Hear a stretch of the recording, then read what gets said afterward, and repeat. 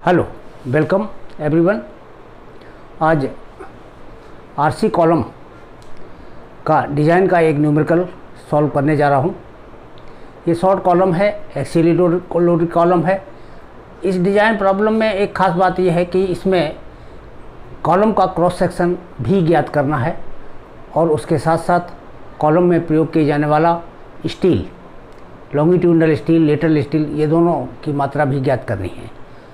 तो जब दोनों चीज़ें ज्ञात करनी हो तब कॉलम के डिज़ाइन का प्रोसीजर किस तरह से होगा देखते हैं। ये क्वेश्चन है, design a short column RC column having 1400 kilo newton axial load, it's unsupported length is 3.6 metre, both end are fixed, use M20 concrete and Fe 415 grade steel. ये क्वेश्चन के डाटा हैं। क्वेश्चन के according अब हम इसको solve करने के लिए देखते हैं क्या स्टेप होगा। तो सबसे पहले हम इफ़ेक्टिव लेंथ की गणना कर लेते हैं कॉलम की, कि कॉलम की इफ़ेक्टिव लेंथ क्या होगी। कॉलम की जो लंबाई है वो दी हुई है 3.6 मीटर। चूँकि इसके दोनों सिरे फिक्स हैं, जब दोनों सिरे फिक्स होने पर इसकी इफ़ेक्टिव लेंथ 0.65 टाइम्स होती है। तो 0.65 इंटू एल, ये हो जाएगा 0.65 इंटू 3600, ये मिलीमीटर में कन्वर्ट करके, तो ये हमारी इफ़ेक्टिव लेंथ आ गई 2340 मिलीमीटर। तो इस तरह से इफ़ेक्टिव लेंथ ये हमने गणना कर ली। इसके बाद जो ये लोड दिया हुआ है 1400 किलो न्यूटन का एक्सियल लोड, ये हमारा वर्किंग लोड है।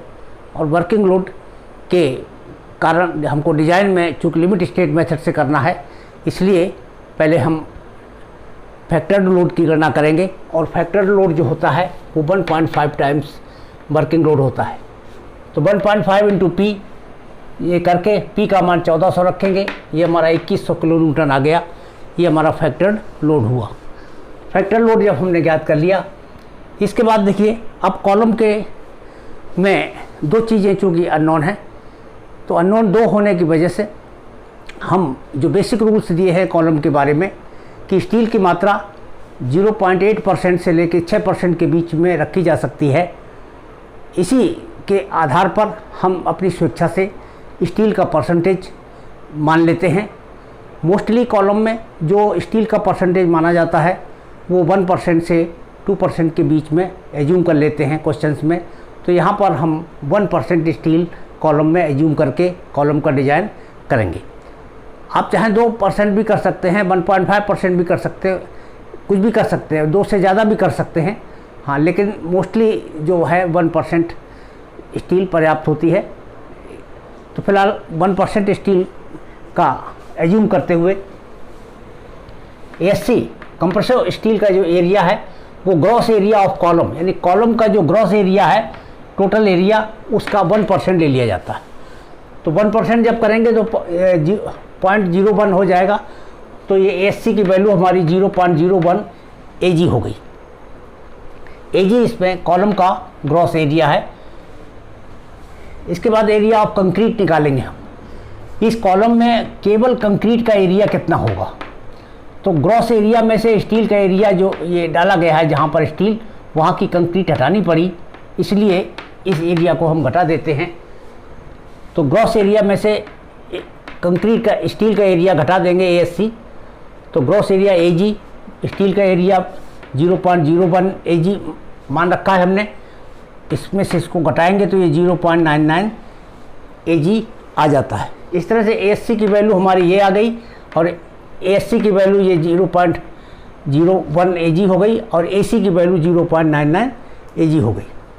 जब ये दोनों मान निकल आए, अब इसके बाद हम कॉलम की स्ट्रेंथ का जो फार्मूला है वो इस आधार पर निकालेंगे कि ये जो कॉलम की स्ट्रेंथ का फार्मूला है वो शॉर्ट कॉलम के लिए दिया गया है और साथ ही साथ ये एक्सियली लोडेड कॉलम के लिए भी है। तो ये दोनों स्थितियाँ, कॉलम का चूँकि साइज नहीं मालूम है, कॉलम का साइज ना मालूम होने के कारण हम ये नहीं ज्ञात कर सकते कि इसका स्लेंडरनेस रेशियो कितना है और ना ही हम इसका एसेंट्रिसिटी ज्ञात कर सकते हैं, ई मिनिमम। इसलिए पहले से ये तय कर पाना संभव नहीं है कि कॉलम जो है एक्चुअली लोडेड है या और दूसरी तरफ शॉर्ट कॉलम है ये दोनों चीज़ें हम एज्यूम करके चलते हैं। माना कॉलम शॉर्ट भी है और साथ साथ जो है एक्सियली लोडेड भी है, तो ये चीज़ दोनों एज्यूम करते हुए strength of column assuming it short column and axially loaded column, both cheese and axially loaded column, यानी इसको एक्सियली लोडेड कॉलम भी मान लेते हैं साथ ही साथ, और हम शॉर्ट कॉलम भी मान लेते हैं। तो इसके लिए जो कोड में फार्मूला दिया हुआ है स्ट्रेंथ का, PU बराबर 0.4 FCK into AC plus 0.67 FY into SC। इसी फार्मूले में हम ये वैल्यू सब्स्टिट्यूट कर देते हैं। ये जो SC की वैल्यू हमने रखी वो यहाँ पर रख दी SC की वैल्यू, और ये AC की वैल्यू यहाँ रख दी 0.99 AG। अब इस फार्मूले में देख लें, यहाँ पर AG अननोन है, ये है। FY का मान हमने 415 रख लिया, FCK का मान 20 रख लिया। इधर PU का मान ये क्वेश्चन में दिया हुआ है, अभी ऊपर निकाला था, ये रख लिया। इस पूरी इक्वेशन में केवल AG ही अननोन है, बस इस इक्वेशन को हमने सॉल्व किया और यहाँ से AG का मान हमने निकाला 196261.68 mm²। ये हमारा AG gross area of column आ गया। चूँकि क्वेश्चन में दिया हुआ है कि हमें कॉलम स्क्वायर ही डिजाइन करना है, तो स्क्वायर कॉलम डिजाइन करने में इसकी साइड जो निकाली जाएगी वो इस एरिया का अंडर रूट करके वर्गमूल करके ज्ञात हो जाएगी। इसलिए side of the square column क्या हो जाएगी, D बराबर अंडर रूट AG। तो जो एरिया है यहाँ ऊपर निकाला है आपने, उसी का अंडर रूट कर दीजिए, तो ये संख्या आ जाती है 443.01 mm। अब ये 443 mm है, इसलिए इस भुजा को जब हम राउंड अप करेंगे तो इसे कभी कम नहीं करेंगे, क्योंकि एरिया जो प्रोवाइड किया है वो बढ़ाया जा सकता है, घटाया नहीं जा सकता। घटाने से कॉलम की सामर्थ्य कम होगी। इसलिए डिज़ाइन करने का जो बेसिक प्रिंसिपल है कि सेफर साइड में, यानी उससे अधिक मजबूत कॉलम का ही डिज़ाइन कर सकते हैं आप, कम सामर्थ्य के कॉलम का डिज़ाइन नहीं कर सकते। इसलिए इस भुजा को बढ़ा करके ही हम एक राउंड फिगर 450 mm मान लेते हैं। तो हमने मान लिया कॉलम की जो भुजा है वो 450 mm की है। इसलिए यहीं पर आप ये रिकमेंड करेंगे कि कॉलम साइज जो है कितना हो गया, 450 बाई 450 mm। इसको आप ऐसे भी लिख सकते हैं कि hence provide column of size 450 by 450 mm। इस तरह से ये कॉलम का साइज हमने निर्धारित कर लिया। जब कॉलम का साइज निर्धारित हो गया, अब इसके बाद हम ये चीज़, जो चीज़ हमने मान के चले थे कि कॉलम हमारा शॉर्ट कॉलम है, और दूसरी तरफ मान के चले थे कि कॉलम जो है एक्सियली लोडेड भी है, इन दोनों की जांच हमको अब करनी होगी, क्योंकि हम कॉलम का साइज यहाँ पर गणना कर चुके हैं। तो उसी कॉलम के साइज के आधार पर देखिए स्लेंडरनेस रेशियो पहले हमने ज्ञात किया, ये होता है L इफेक्टिव बटे D, यानी D के मतलब है लेटरल डायमेंशन। तो यहाँ पर लेटरल डायमेंशन को हमने D से मान लिया है। यहाँ पर ये साइज कॉलम का दिया था, क्योंकि दोनों बराबर हैं इसलिए इसको D मान करके हम यहाँ पर चल रहे हैं। तो L इफेक्टिव अपॉन D हो गया, ये 2340 L इफेक्टिव यहाँ ऊपर निकाला हुआ है बटे 450, ये 5.2 आ गया। ये हमारा 12 से कम है। तो 12 से अगर ये रेशियो सिलेंडरनेस रेशियो कम होता है तो ये कॉलम हमारा शॉर्ट कॉलम होता है। तो एक चीज़ यहाँ से प्रूफ हो गई कि ये हमारा शॉर्ट कॉलम है। इस बात को यहाँ लिखना ज़रूरी है, hence it is short column. तो ये लिख दिया hence it is short column. अब रह गया एक्सियली लोडेड कॉलम सिद्ध करना। उसके लिए हम मिनिमम इसेंट्रिसिटी की वैल्यू निकालेंगे। Minimum eccentricity e minimum is equal to L upon 500 plus D upon 30। इस फार्मूले में जो L होता है ये अनसपोर्टेड लेंथ होता है, यहाँ कभी मिस्टेक ना करें। L इफेक्टिव अलग होती है और अनसपोर्टेड लेंथ अलग होती है। तो जो क्वेश्चन में जो वैल्यू दी है 3.6 मीटर की, ये हमारी अनसपोर्टेड लेंथ है और इफेक्टिव लेंथ हमने फार्मूला लगा करके निकाली है। तो ये अनसपोर्टेड लेंथ 3.6 मीटर रखी जाएगी यहाँ पर। इसको मिलीमीटर में कन्वर्ट करने पर ये 3600 हो गया बटे 500 प्लस D अभी हमने निकाला है। कॉलम का साइज ये 450 का है बटे 30, इसको सॉल्व किया, ये 22.2 आ गया। मिनिमम इसेंट्रिसिटी ई मिनिमम के बारे में एक जानकारी ये है कि इसकी वैल्यू किसी भी दशा में 20 से कम नहीं हो सकती, लेकिन हमारी जो वैल्यू निकल के आई है ये 20 से ज़्यादा आई है, 22.2 आई है, जो कि 20 से ज़्यादा है। इसलिए ई मिनिमम की जो वैल्यू है वो यही मानी जाएगी कि ये 22.2 है। अगर यहाँ एक बात मैं बता देना चाहूँगा कि अगर इस फार्मूले से कैलकुलेट करने पर ई मिनिमम की वैल्यू 20 से कम आती, जैसे मान लीजिए 19.2 आती, तो फिर ई मिनिमम की वैल्यू क्या लिखी जाती? क्योंकि रूल ये है कि ई मिनिमम का मान 20 से कम नहीं हो सकता, तो फिर हमको ई मिनिमम की वैल्यू 20 लिखनी पड़ती। फिर जो कैलकुलेट होकर के आई है वो इसकी वैल्यू नहीं मानी जाएगी, मिनिमम 20 मिलीमीटर मानी जाएगी। तो इस तरह से यहाँ पर चूँकि ये अधिक है इसलिए यही इसकी ई मिनिमम की वैल्यू हो गई। अब इसके बाद मैक्सिमम इसेंट्रिसिटी की वैल्यू देख लें। ई मैक्सिमम का मान, ई मैक्सिमम 0.05D होता है फार्मूला, तो 0.05D, डी की वैल्यू 450 रखी, इसको सॉल्व किया तो ये 22.5 मिलीमीटर आ गया। अब यहाँ से देखिए कि हमारी जो ई मिनिमम की वैल्यू थी ये 22.2 है और ई मैक्सिमम की वैल्यू है 22.5। हमारा ई मिनिमम का मान जो है मैक्सिमम से कम है। यही किसी भी कॉलम के एक्सियली लोडेड होने की शर्त है कि उसकी इसेंट्रिसिटी जो है ई मैक्सिमम से कम होनी चाहिए या 0.05D से कम होनी चाहिए। तो ये वैल्यू कम है, इसलिए ये कॉलम हमारा एक्सियली लोडेड है। तो यहाँ पर आपको लिखना होगा, इसलिए ये hence eccentricity is between E minimum, यानी ई मिनिमम ये 20 और इसके बीच में है, इसको हम ये कहेंगे कि इसकी वैल्यू इससे कम है। हेंस इसेंट्रिसिटी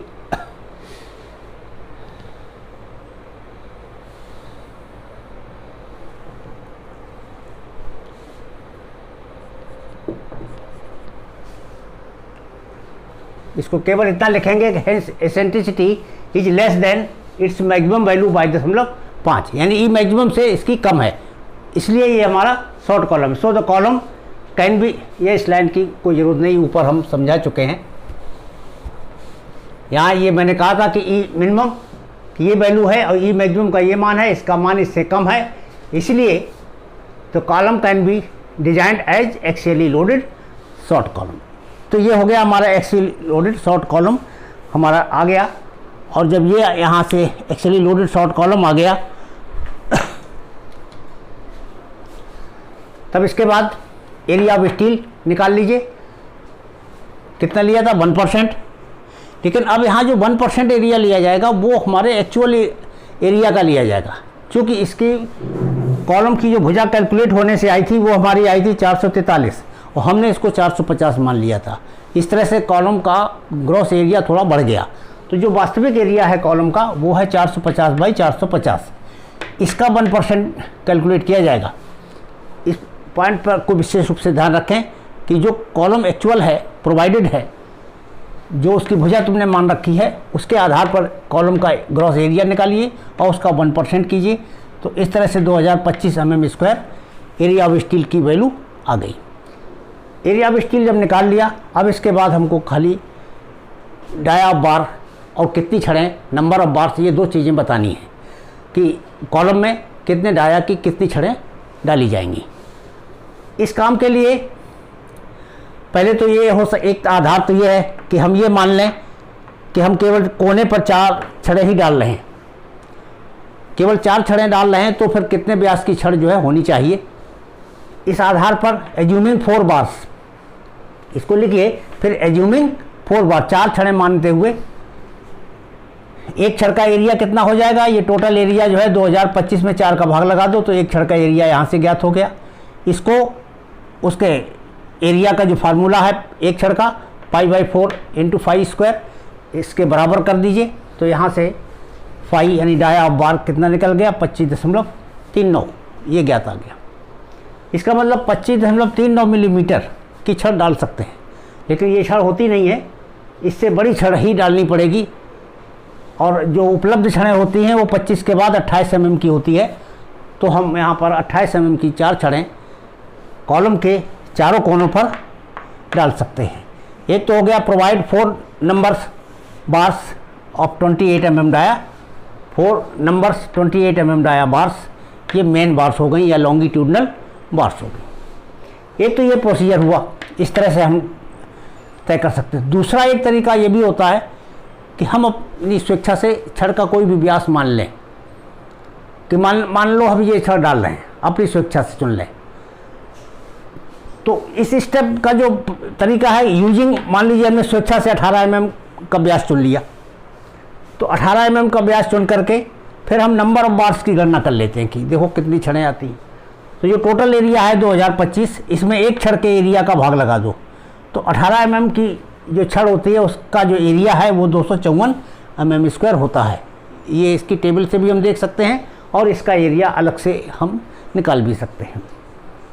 तो एक छड़ के एरिया से जब भाग लगाएंगे तो नंबर ऑफ बार्स हमको ज्ञात हो जाएंगी 7.97।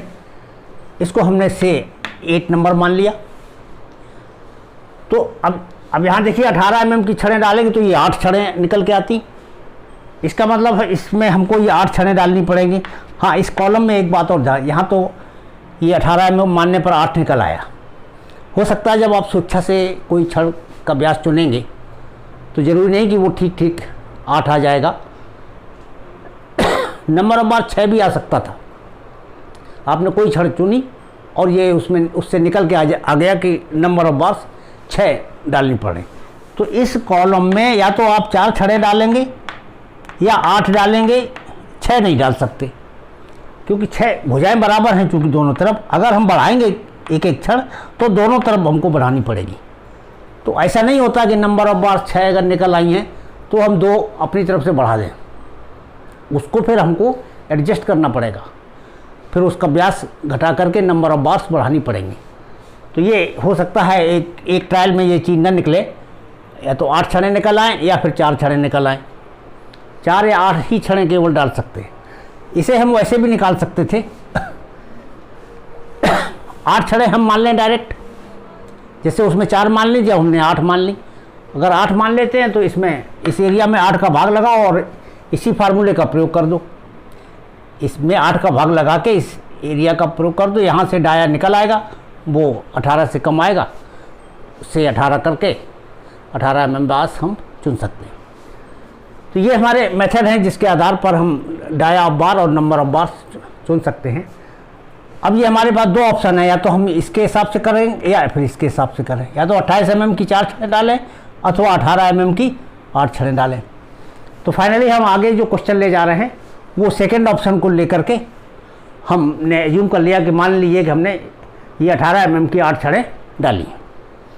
ये तो मेन बार्स हो गई। अब इसके बाद लेटरल टाई का डिज़ाइन करना है। लेटरल टाई का डिज़ाइन करने के लिए इसका जो डायमीटर है, इसका फार्मूला होता है कि diameter should not be less than greater of a dia of longest longitudinal bar by 4, जिसको सॉल्व तो लॉन्गेस्ट लॉन्गिट्यूडनल बार मतलब जो लॉन्गिट्यूडनल बार डाली गई हैं उनमें से अगर डिफरेंट डाया की छड़ें हैं तो उनमें से अधिक व्यास की जो छड़ है वो होती है लार्जेस्ट लॉन्गिट्यूडनल बार। तो वो चूँकि हमने 18 की ही केवल सारी छड़ें डाली हैं तो ये 18 ही रहेगा। 18/4 यहाँ आएगा, ये 4.5 हो गया। दूसरे बी में है 6 mm। इन दोनों में से जो अधिक हो ग्रेटर ऑफ, तो इनमें से बड़ा कौन सा हुआ 6 mm। 6 mm से कम नहीं होना चाहिए। बस ये है कि diameter of the tie should not be less then, तो यानी यहाँ से निकल के आया कि 6 mm से ये कम नहीं होना चाहिए। तो ज़्यादा तो हो सकता है, कम नहीं हो सकता, केवल रोक कम पर लगाई गई है कि 6 mm से कम नहीं रख सकते। ज़्यादा तो हम रख सकते हैं, इसलिए हम सुरक्षा के दृष्टिकोण से भाई टाई मोस्टली 6 mm के डाले जाते हैं या 8 mm के डाले जाते हैं। तो यहाँ फिर हम 8 mm का टाई जो है रिकमेंड कर देते हैं, यूज 8 mm डाया और टाई। तो टाई का डायमीटर तो ये हो गया। अब इसके बाद टाई का पिच देख लीजिए। पहले पिच का मतलब समझ लें। यहाँ ये कॉलम का एलिवेशन दर्शाया हुआ है, ये हमारी लॉन्गिट्यूडनल बार्स हैं। इस तरह से टाई डाले जाते हैं। तो ये जो 2 टाई पड़े हुए हैं इनके बीच का जो सेंटर टू सेंटर डिस्टेंस है इसी को पिच कहते हैं। ये हमारा पिच हो गया। इस पिच के लिए कोड का रूल है, समझ ले, pitch should not be greater than least of, यानी आगे की जो संख्या है उनमें से जो सबसे कम हो, लीस्ट ऑफ ए 450 mm। ये क्या है, लीस्ट लेटरल डायमेंशन है।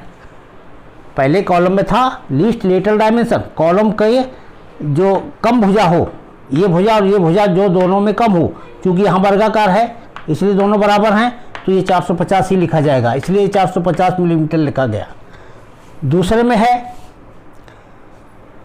16 टाइम्स स्मॉलेस्ट लॉन्गिट्यूडनल बार। इसमें क्या है कि अगर लॉन्गिट्यूडनल बार्स अलग अलग डाया की डाली गई हैं तो उनमें से कम व्यास का जो छड़ है उसके व्यास का 16 गुना लिखना है। तो चूंकि यहाँ पर भी वही बात है कि चूंकि हमने दो लॉन्गिट्यूडनल बार्स केवल 18 mm के डाले हैं तो यहाँ 18 mm ही लिखा जाएगा। 18 का 16 से गुणा करेंगे 288 हो गया। और तीसरे में है ये 300 mm। अब इन तीनों संख्याओं में सबसे कम संख्या कौन सी है देख लें, 450, 288 और 300। इसमें से 288 यही हमारा सबसे कम आता है। जब ये कम आता है तो इससे अधिक नहीं होना चाहिए। रोक क्या है कि 288 से ये पिच अधिक नहीं हो सकती, कम हो सकती है। तो जब कम हो सकती है तो इसको हम राउंड फिगर में बना करके 288 का हम 280 mm की दूरी पर हम ये टाई बांध देंगे। अब यहाँ कभी कभी ये चौंकते हैं कि 288 ये तो पूरा पूरा है, इसको घटाने की क्या आवश्यकता, हम 288 भी लिख सकते हैं। ऐसा नहीं होता, ये सेफर साइड में थोड़ा सा बढ़ा लेना चाहिए। टाई थोड़ा नज़दीक डालेंगे तो ज़्यादा मजबूत होगा, टाई दूर करेंगे तो फिर वीक होता है। तो जो निकल के आया है फार्मूले से उससे और थोड़ा सुरक्षित बनाते हुए, और फिर यहाँ देखिए ये 28 अगर इसको सेंटीमीटर में हम कन्वर्ट करते हैं इस दूरी को तो ये 28.8 सेंटीमीटर आता है। जब किसी को आप डायमेंशन बताएंगे कि दो टाई जो है 28.8 मिलीमीटर 28.8 सेंटीमीटर की दूरी पर डालना है तो ये 8 मिलीमीटर फील्ड में कोई मिस्त्री कैसे नाप सकता है। इसलिए राउंड फिगर में 10 के 0 लास्ट लाते हुए यानी इसको घटा करके 280 मानना ही ज़्यादा उचित है। सीधे सीधे लिखा जाएगा कि 28 सेंटीमीटर की दूरी पर छल्ले डाले जाएंगे सेंटर टू सेंटर, और सेफर साइड में भी है। तो दोनों चीज़ों को ध्यान में रखते हुए provide 8 mm dia tie at the rate of 280 mm centre to centre. ये स्टील की मात्रा हो गई, लेटर स्टील भी हो गया और ये हमारा लॉन्गिट्यूडनल बार्स का भी डिज़ाइन हो गया। अब इसके बाद इसका क्रॉस सेक्शन बना देते हैं। देखिए 8 छड़ें डाली हुई हैं, हम यहाँ 8 छड़ों का डिस्क्रिप्शन बता रहे हैं। कॉर्नर में एक एक छड़ पड़ी हुई है, बीच में यहाँ पर एक एक छड़ पड़ी हुई है, इस तरह से 8 छड़ें हो गई। तो इसकी जो टाई बनाई जाएगी वो टाई इस तरह से बनाई जाएगी। एक टाई तो ये इस तरह से जाएगी, इन चारों किनारे की चारों छड़ों को बांधते हुए।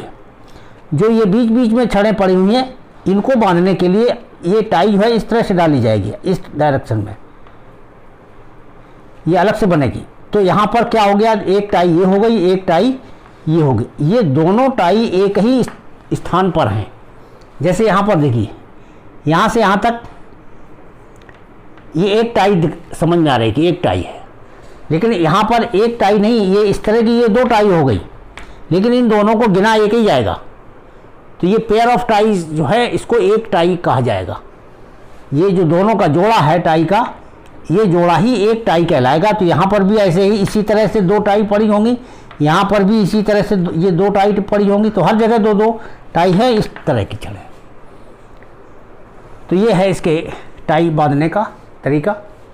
तो ये क्वेश्चन बस इतना ही है, और इसके आगे और जो क्वेश्चन आएंगे सर्कुलर कॉलम के उनको भी मैं आगे के वीडियो में डिस्कस करूँगा। Thank you.